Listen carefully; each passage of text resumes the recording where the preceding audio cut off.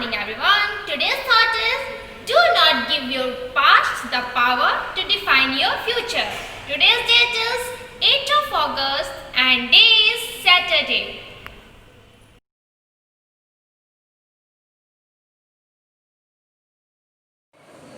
Good morning students. Welcome back you all in Shivaji Group of Institutions online classes.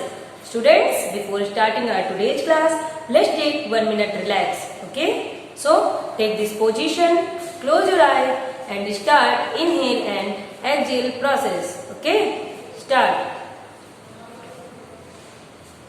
Inhale, exhale.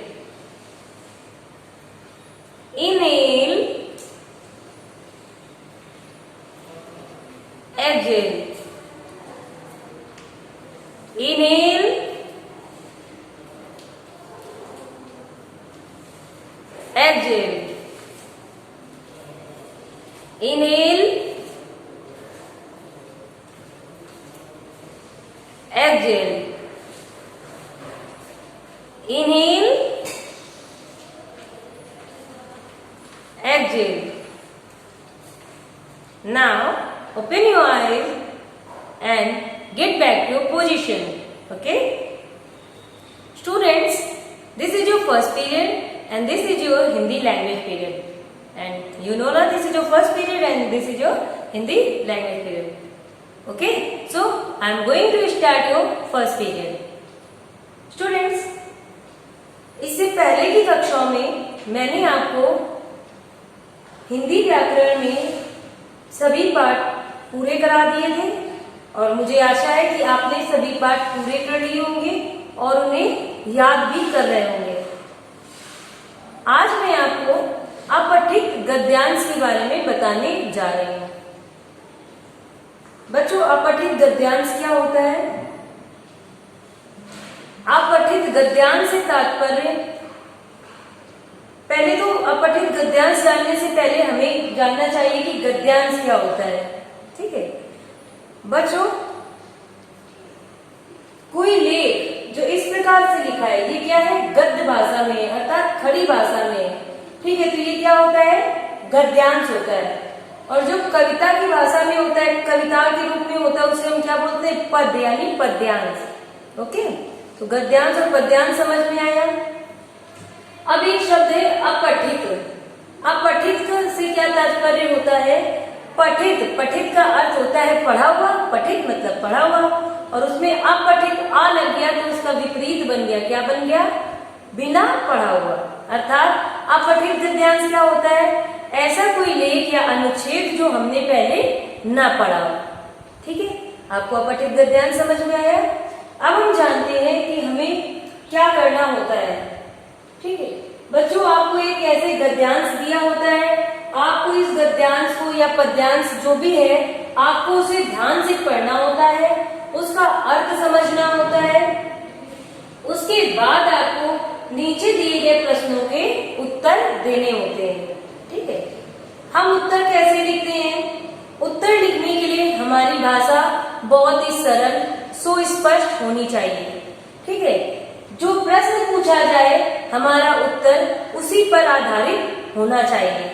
उत्तर देने के लिए अगर आपसे कोई प्रश्न पूछा गया है तो आप पूरा 2-3 लाइन उठाकर नहीं लिख देते हैं। जो प्रश्न पूछा गया है उस प्रश्न को अपने शब्दों में पैराग्राफ या जो अनुच्छेद है उसको आधार मानकर आपको उत्तर लिखना होता है।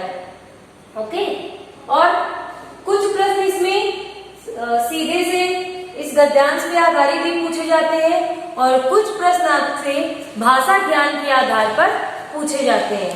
ठीक है, भाषा ज्ञान में जैसे आपसे जो पद्यांश में कुछ शब्द दिए गए होंगे उनके विलोम पूछ लेगा या उनके पर्यायवाची पूछ लेगा या उनके अनेकार्थी अगर कोई शब्द दिया है तो वो पूछ लेगा। शब्द भंडार अर्थात शब्द भंडार में से कुछ पूछ लेगा या संज्ञा सर्वनाम इस पर आधारित कोई प्रश्न पूछ ले। ठीक है, तो कुल मिलाकर कुछ प्रश्न ऐसे होते हैं जो सीधे सीधे पद्यांश पर आधारित होते हैं और कुछ प्रश्न आपसे भाषा पर आधारित अर्थात भाषा ज्ञान पर आधारित पूछे जाते हैं। ठीक है, अब आपको मुझे आशा है कि आपको अब अपठित गद्यांश कैसे हल करते हैं, उनके कैसे उत्तर लिखते हैं, ये समझ में आ गया होगा। तो आइए अब हम शुरू करते हैं हमारा आज का कार्य। बच्चों यहाँ पर मैंने एक गद्यांश दिया हुआ है जो किस पर है, मैंने पहले यहाँ पर देखिए नाम लिखा है सीवी रमन जी के ऊपर है। और सीवी रमन जी हमारे भारत के एक बहुत ही प्रसिद्ध और बहुत ही बुद्धि प्रखर व्यक्ति थे और वैज्ञानिक थे। ठीक है, उनके बारे में एक अनुच्छेद दिया गया है, आपको उसे पढ़कर नीचे पूछे गए प्रश्नों के उत्तर लिखने हैं। तो आइए अब हम गद्यांश पढ़ना शुरू करते हैं। सीवी रमन भारत के प्रसिद्ध वैज्ञानिक थे। वे बचपन से ही शरीर से दुबले पतले थे, किंतु दिमाग के धनी।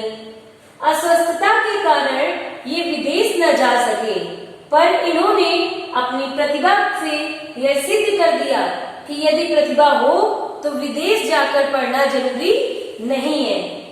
इन्होंने कोलकाता के साइंस कॉलेज में प्रधानाचार्य के पद पर कार्य किया। इन्होंने विज्ञान के क्षेत्र में नए नए प्रयोग किए। प्रकाश किरणों पर इनका शोध कार्य रमन प्रभाव के नाम से प्रसिद्ध हुआ, जिस पर इन्हें नोबेल पुरस्कार मिला। भारत में यह पुरस्कार विश्व कवि टैगोर के बाद इन्हें मिला। बच्चों, अब हमने ये गद्यांश पढ़ लिया है, अब हम इसका अर्थ समझते हैं ताकि जब हम उत्तर लिखें तो हमें आसानी हो। सीवी रमन क्या थे? सीवी रमन जी भारत के प्रसिद्ध वैज्ञानिक थे। ये बचपन में शरीर से दुबले पतले थे, अर्थात ये कमजोर थे, लेकिन इनकी बुद्धि बहुत तेज थी। बुद्धि के धनी अर्थात जिस चीज की अधिकता हो, अर्थात इनके पास बहुत अधिक बुद्धि थी। ये प्रखर बुद्धि के व्यक्ति थे। ठीक है, फिर जब ये कमजोर रहते थे तो इन्होंने अपनी पढ़ाई की, लेकिन ये विदेश न जा सके क्योंकि ये बीमार रहते थे, अस्वस्थ रहते थे। लेकिन ऐसा नहीं था कि विदेश जाकर पढ़ाई न करने के कारण इन्हें कोई कमी रह गई हो। इन्होंने विदेश जाकर पढ़ाई नहीं की, लेकिन फिर भी इन्होंने अनेक शोध कार्य किए, जिससे ये सिद्ध हो गया कि अगर आप में बुद्धि हो तो ये जरूरी नहीं है कि आप विदेश जाकर ही पढ़ें, तभी आप अपने जीवन में कुछ नया कर पाएंगे। ठीक है, इन्होंने इस मिथ्या को, इस भ्रम को तोड़ा कि हमें अपनी मेहनत से, अपनी लगन से पढ़ाई करनी चाहिए और उसके परिणाम अच्छे ही होते हैं। फिर इन्होंने कोलकाता के साइंस कॉलेज में कुछ दिनों तक प्रधानाचार्य के पद पर कार्य किया। कोलकाता के साइंस कॉलेज में प्रधानाचार्य के पद पर कार्य किया। इसके बाद इसके साथ ही साथ ये कई शोध का मतलब प्रयोग, कई प्रयोग अनुसंधानों पर काम करते रहे। और ये उन्हीं काम करते करते इन्होंने एक बहुत बड़ा प्रयोग किया, जो ये प्रकाश किरणों पर इनका शोध कार्य है, जिसको क्या कहते हैं? रमन प्रभाव कहते हैं। जब बच्चों आप आगे की कक्षाओं में पढ़ेंगे तो आप फिजिक्स में रमन इफेक्ट के बारे में पढ़ेंगे कि रमन इफेक्ट क्या होता है। ठीक है, अभी आप ये समझें कि इन्होंने प्रकाश किरणों पर, जो सूर्य से आने वाली किरणें हैं, इन पर एक शोध कार्य किया। ठीक है, और इनका ये जो शोध कार्य है ये इतना महत्वपूर्ण था कि उस शोध कार्य को इन्हीं के नाम से जाना जाता है। उसे हम रमन इफेक्ट अर्थात रमन प्रभाव के नाम से जानते हैं। और इसी रमन प्रभाव की खोज करने के कारण इन्हें नोबेल पुरस्कार मिला था। फिजिक्स के, भौतिकी के क्षेत्र में इन्हें नोबेल पुरस्कार मिला था। और ये नोबेल पुरस्कार प्राप्त करने वाले दूसरे भारतीय हैं। इनसे पहले विश्व कवि गुरु रविंद्रनाथ टैगोर जी को यह पुरस्कार मिला था। और रविंद्रनाथ टैगोर जी को उनकी किस उपलब्धि पे मिला था? उनकी एक रचना थी गीतांजलि, उस पर मिला था, आपको पता होगा। ठीक है, और सीवी रमन जी को यह पुरस्कार इनके प्रकाश किरणों पर खोज के कारण मिला था। ओके, तो ये दूसरे भारतीय थे जिन्हें नोबेल पुरस्कार मिला। और आप सभी जानते हो या नहीं जानते हो तो भी ये जान लीजिए कि नोबेल पुरस्कार का अपना एक बहुत बड़ा महत्व होता है। ओके, तो आपने समझ लिया, मीनिंग समझ ली। अब हम इसमें पूछेंगे, प्रश्न पूछते हैं और फिर उत्तर लिखने का प्रयास करते हैं। ठीक है, चलिए पहला प्रश्न पूछा गया है कि सीवी रमन की बचपन से ही क्या विशेषता थी। सीवी रमन की बचपन से ही क्या विशेषता थी। आपने क्या पढ़ा है सीवी रमन जी के बारे में कि सीवी रमन क्या थे। अब देखिए बचपन से यहाँ भी ये दिया गया है कि वे दुबले पतले थे किंतु दिमाग के धनी, तो आप ये तो लिख नहीं देंगे ना, इसे आप अपने शब्दों में लिखेंगे। और कैसे लिखेंगे कि सीवी रमन जी बचपन से ही, या सीवी रमन जी बचपन में दुबले पतले थे किंतु वे बहुत बुद्धिमान थे। ठीक है, सीवी रमन जी, या ऐसे लिख सकते हैं सीवी रमन जी शारीरिक तौर पर कमजोर थे लेकिन मानसिक तौर पर वे बहुत मजबूत थे, अर्थात वे बहुत बुद्धिमान थे। ठीक है, ये इनकी विशेषता हो गई। बचपन से पूछा गया है, पहले बात के लिए तो बचपन में क्या थे, बचपन के बारे में जो बताया गया है, जो हमें यहाँ से इस गद्यांश से जो हमें उनके बारे में पता चला, हमें वही लिखना है। ठीक है, ये विदेश क्यों नहीं जा पाए, तो मैंने आपको बताया था ना क्यों नहीं जा पाए, क्योंकि बीमार रहते थे तो आसक्त रहते थे। तो आपको क्या लिखना है कि अपनी शारीरिक अस्वस्थता या अस्वस्थता के कारण वे विदेश नहीं जा पाए। ठीक है, शारीरिक अस्वस्थता के कारण सीवी रमन जी विदेश नहीं जा पाए। चौथा पूछा गया है इन्हें किस शोध पर नोबेल पुरस्कार मिला। इन्हें किस शोध पर नोबेल पुरस्कार मिला बताइए। इन्हें रमन प्रभाव अर्थात प्रकाश किरणों पर की गई इनकी खोज रमन प्रभाव पर नोबेल पुरस्कार मिला। फिर से आइए देखते हैं इसका शब्दों का सही चयन करते हैं। इन्हें किस शोध पर नोबेल पुरस्कार मिला, तो हम लिखेंगे इन्हें प्रकाश किरणों की खोज जिसे हम रमन प्रभाव के नाम से जानते हैं, इस पर नोबेल पुरस्कार मिला। ठीक है, अब चौथा प्रश्न पूछा गया है वैज्ञानिक शब्द का वर्ण विच्छेद करें। बच्चों ये जो तीनों प्रश्न थे, ये प्रश्न कैसे थे, ये प्रश्न आपको सीधे पद्यांश से ही पूछे गए थे, तो आपको इसे पढ़कर उत्तर देना था। अब यहाँ पर पूछा गया है वैज्ञानिक शब्द का वर्ण विच्छेद करें, तो ये किस पर आधारित है, ये भाषा पर आधारित है। ठीक है, और वर्ण विच्छेद आप जानते हैं वर्ण विच्छेद क्या होता है, वर्णों को अलग अलग करना। वर्णों को अलग अलग करने को हम क्या कहते हैं, वर्ण विच्छेद। और वर्ण विच्छेद में हम क्या करते हैं, वर्ण को अर्थात स्वर को व्यंजन से अलग करते हैं। ठीक है, आइए देखते हैं वैज्ञानिक शब्द का हम कैसे करेंगे वर्ण विच्छेद। तो यहाँ पर मैंने लिखा है वैज्ञानिक। ठीक है, वैज्ञानिक में क्या है, वह वर्ण अलग हुआ और इसमें किसकी मात्रा है, ए की, तो आप यहाँ क्या लिख देंगे, ए। वै फिर है ज्ञा, तो ज्ञा लिखा और हलंत लगाया। आपको ये बात याद रखनी होगी, जब भी हम व्यंजन वर्ण से स्वर वर्ण को अलग करते हैं तो हम नीचे व्यंजन लगाते हैं, क्योंकि हम बिना स्वरों की सहायता से वर्णों का उच्चारण नहीं कर सकते हैं ना। ठीक है, वैज्ञा, यहाँ पर क्या है आ, वैज्ञा आ हो गया, और फिर क्या है न, तो ना अलग किया और ना में क्या है छोटी ई की मात्रा, तो आप यहाँ पर क्या लिख देंगे, छोटी ई। वैज्ञानिक। अब का और का में क्योंकि हम क अ आप बोल रहे हैं ना, बिना स्वर की सहायता से बोलते नहीं है, तो जब हमने का को अलग किया तो इससे क्या अलग होता है, आ। सो स्टूडेंट्स आपको समझ में आ गया होगा। ठीक है, यहाँ पर देखिए भाषा पर आधारित हमसे केवल इन्होंने वैज्ञानिक शब्द का वर्ण विच्छेद पूछा। मान लीजिए यहाँ पर ये हमसे विलोम शब्द पूछ लेते, कुछ ऐसे शब्द पूछ लेते जिनके हमें पर्यायवाची लिखने होते, जैसे मान लीजिए प्रसिद्ध शब्द दे देते, प्रसिद्ध की पर्यायवाची पूछते, तो प्रसिद्ध की पर्यायवाची क्या होता है, मशहूर, लोकप्रिय। ठीक है, तो आपका भाषा ज्ञान शब्द भंडार भी मजबूत होना चाहिए अपठित गद्यांश को हल करने के लिए। ठीक है। और जैसे अस्वस्थता, तो अस्वस्थ का विलोम पूछते तो अस्वस्थ का विलोम क्या हो जाता है? स्वस्थ। ठीक है। प्रसिद्ध का विलोम हो जाता अप्रसिद्ध। धनी का विलोम क्या हो जाता? गरीब। ठीक है। तो इस तरह से आपसे शब्द भंडार से पर आधारित भी कुछ प्रश्न पूछे जा सकते थे।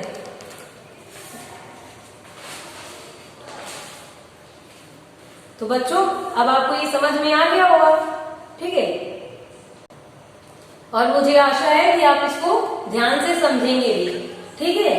इसके अलावा ये मैंने आपको एक गद्यांश यहाँ पर पढ़ाया है। ठीक है। ये एक उदाहरण स्वरूप है।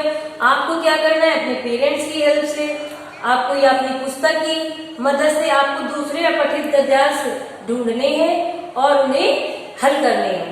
ओके। और आप करेंगे भी, ऐसा है ना?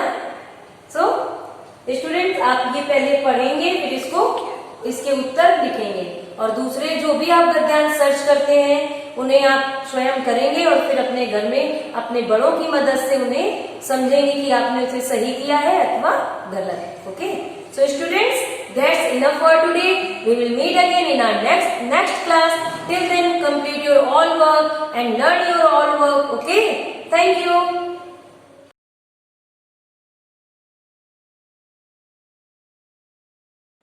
Good morning students, I welcome to you all online classes. I am study teacher from Shivaji Group of Institutions. Students, we have previous class we have done this chapter number 6. Okay, so chapter number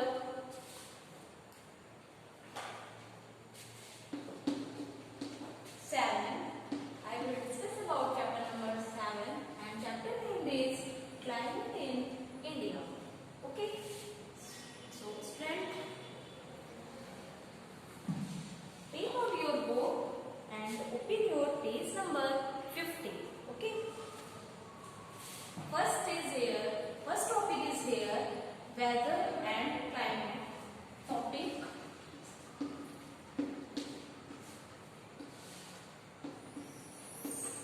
Weather and climate. Okay. Now second, seasons.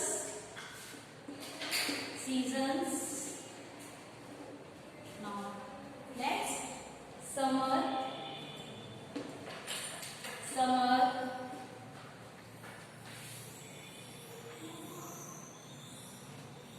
Seasons में क्या है? Summer, winter, rainy season. Okay, and spring.